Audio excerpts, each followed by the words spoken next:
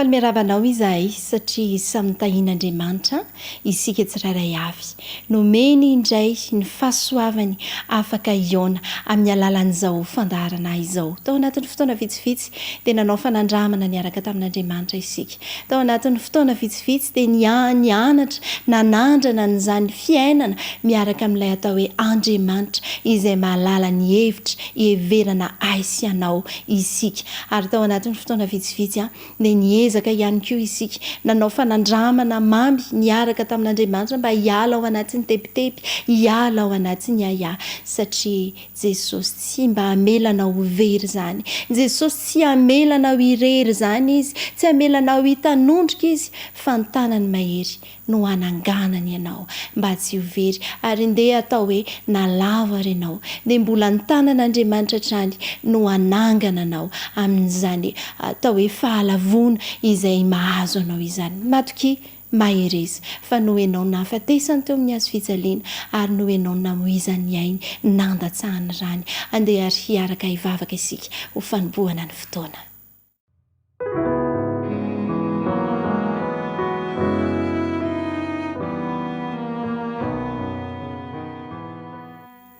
Tompo, tafatoetra ny fonay omenao fiadanam-po sy fiadanana.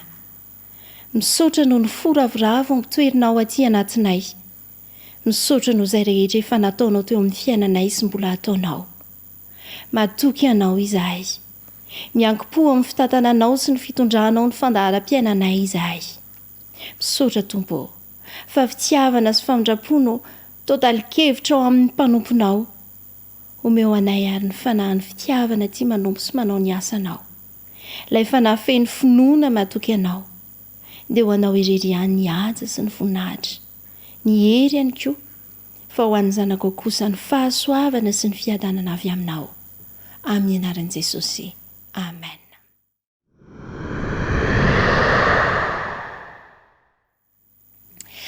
Andriamanitra mpamalisoa, io no resahantsika ao amin'ny anio. Asara toka mino ianao fa Andriamanitra dia mamalisoany amin'ny fiainantsika tsirairay avy. Ary aza dinoana fa Andriamanitra izay inoantsika dia Andriamanitra mihevitra antsika. Izay foana ny resakitsika teto nandritra ny fotoana vitsivitsy izay. Ao amin'ny Hebreo 1:9 no manamarina izany. Mpamalisoa ho an'izay mazoto mitady azy, io Andriamanitrantsika io. Tsy indrina mazava tsara fa izay olona mazoto mitady azy no valid'Andriamanitra soa. Ny olona dia izao, betsaka isika ny te handray soa avy amin'Andriamanitra, kanefa fotoana fohy ihany no hitadiavantsika an'Andriamanitra. Rehefa misy mahatery antsika ihany, izay tsika vao midodododo mitady an'Andriamanitra. Tsy hoe fanomezantsiny ianao akory raha toka milaza an'izany. Saingy famalitsoa avy amin'Andriamanitra dia izao natokana ho an'ireo izay mazoto mitady azy. Ny olona izay tsy teren'ny zava-misy, tsy hoe olona manao an'Andriamanitra ho ambulance, izany antsoina hoe mazoto mitady an'Andriamanitra izany, na antsoina ihany koa hoe pneu de secours, ka rehefa misy zavatra mahapoitra na misy zava-doza mitranga eo amin'ny fiainana, izay vao hoe hitady an'Andriamanitra. Tsy hoe rehefa misy tombontsoa ho azy na misy zavatra ilainy amin'ny fiainana dia izay vao mihazakazaka mitady an'Andriamanitra, fa izao rehefa milamina kosa ny fiainana dia maninona? Lasa adininao Andriamanitra na ampandeferina noho ny zavatra izay mahasoa anao kokoa io Andriamanitra izay ivavahantsika io. Fa kosa olona entany ny fitiavana an'Andriamanitra izany. Ka na amin'ny fotoana inona, na amin'ny toe-javatra manao ahoana, na aiza dia manana faniriana lalina mandrakariva ny hitady an'Andriamanitra. hoy ny tenin'Andriamanitra manoloana an'izany hoe ny fitiavan'ny Kristiny maniry anay. Korintiana 2:5-10 ary mbola miampy ary izany ao amin'ny Salamo 1:9-10 ka hatramin'ny 9:10 tenin'Andriamanitra izay mifamatotra amin'ny olona izay mazoto mitady an'Andriamanitra satria entin'ny fitiavana an'Andriamanitra. Porofon'ny fitiavantsika an'Andriamanitra ny fahazotoantsika mitady azy. Rehefa tiana ny olona anankiray, tsy maintsy mitady hevitra tsika. Anao izay ionana aminy, anao izay hifankahitana aminy, anao izay ahitana ny salovatavany. Ary ao amin'io Salamo 4:4-4:10 ka hatramin'ny 9:10 io dia teboka izay ahitana ireo zavatsoa ataon'ny tompo eo amin'ny fiainantsika. Omeny famonjena isika, manandratra anao amin'ny avo izy. Raha sendra fahoriana ianao dia hamonjy anao izy ary omeny fahaela velona ianao. Raha ao anatin'ny fahoriana i Davida ny olona tena nazoto mitady an'Andriamanitra indrindra, ary izy no andeha ho raisintsika ohatra amin'ity an'io ity. Satria izao, raha tao anatin'ny fahoriana izy dia nitady an'Andriamanitra. Tsy vitan'izany ihany koa fa niderazy tamin'ny zavatra rehetra izay nitranga teo amin'ny fiainany. Tsy hoe tao anatin'ny fahoriana ihany izy no nikatsaka an'Andriamanitra fa ao amin'ny Salamo 3:20 izay hitantsika eto dia nitady an'Andriamanitra ihany koa izy tamin'ny fiainany rehetra. Tao anaty fahoriana izy dia niantsoantso an'Andriamanitra ary Andriamanitra no nataony ho mpiaro azy. Alohan'ny hiatrika ady Davida dia tena nanankina n'izany ady izany tamin'Andriamanitra. Ary rehefa tonga mpanjaka indray izy, rehefa naharesy izy dia tsy nanadino zavatra nataon'Andriamanitra azy tamin'ny alalan'ny fankasitrahana. Ary isika manao ahoana manoloana an'izany? Mova isika rehefa mandray valim-bavaka avy amin'Andriamanitra mba mahay midera azy, mba mahay misaotra azy, mba mahay mankasitraka azy. Samuela 1:7-2 manao hoe ary Davida nanontany an'i Jehova hoe andeha hamely izao Filistina izao va? Ary Jehova tamin'ny Davida mandehana asio ny Filistina ka vonjeo Keliala. Nangataka hatrany nitory lalana avy amin'Andriamanitra izy. Nampanjaka aza Davida dia nahatsiaro fa tsy mahavita ny fiainany.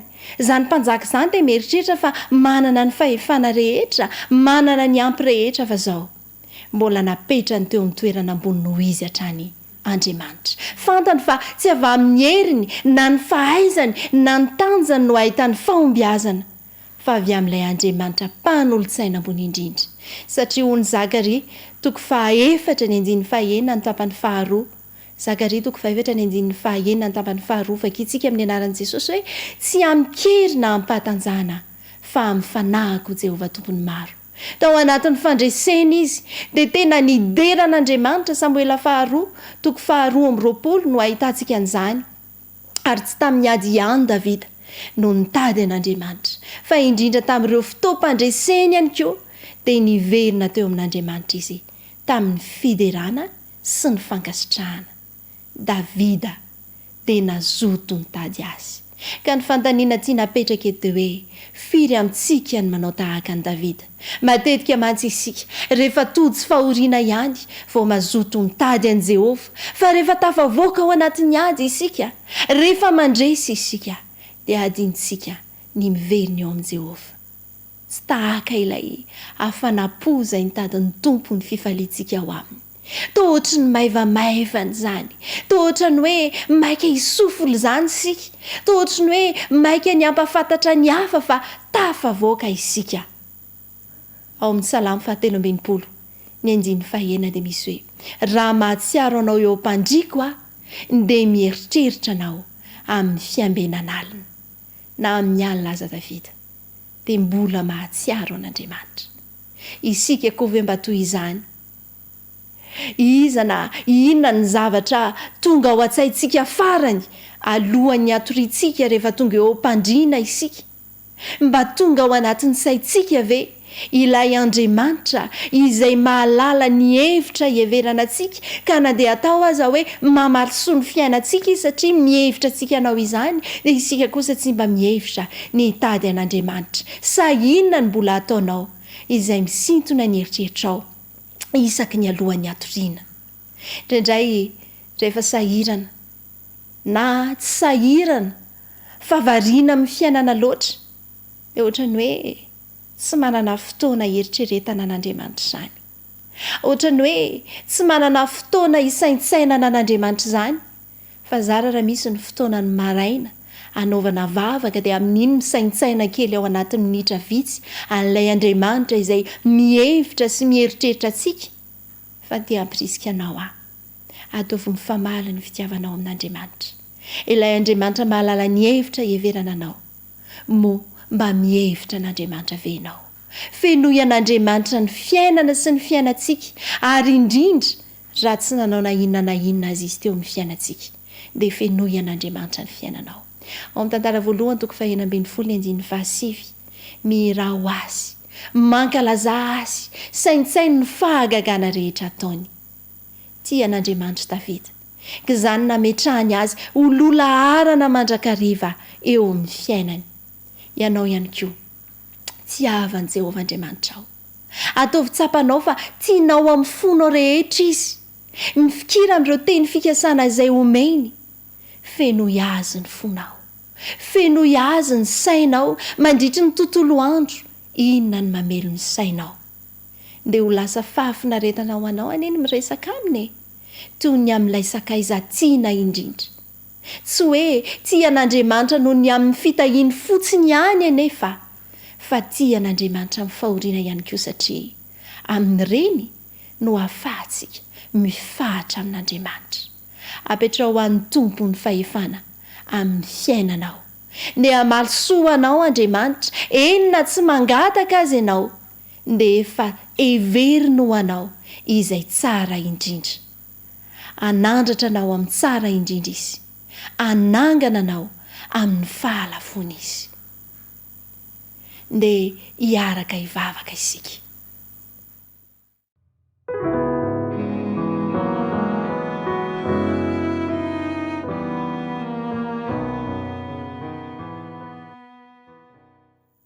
Ry Andriamanitra rainay tsara sy masina indrindra izay any an-danitro.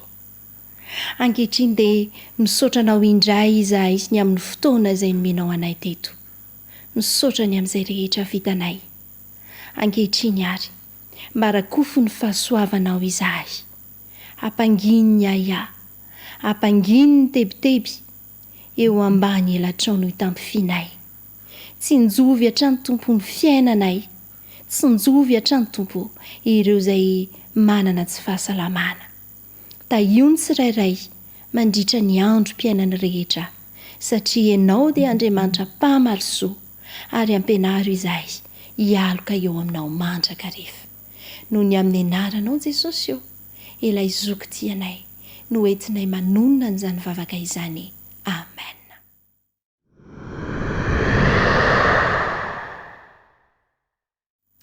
Mahatoky ahy fa ianao ny azoto hitady an'Andriamanitra satria fantatsika fa Andriamanitra dia mpamaly soa izay mazoto mitady azy.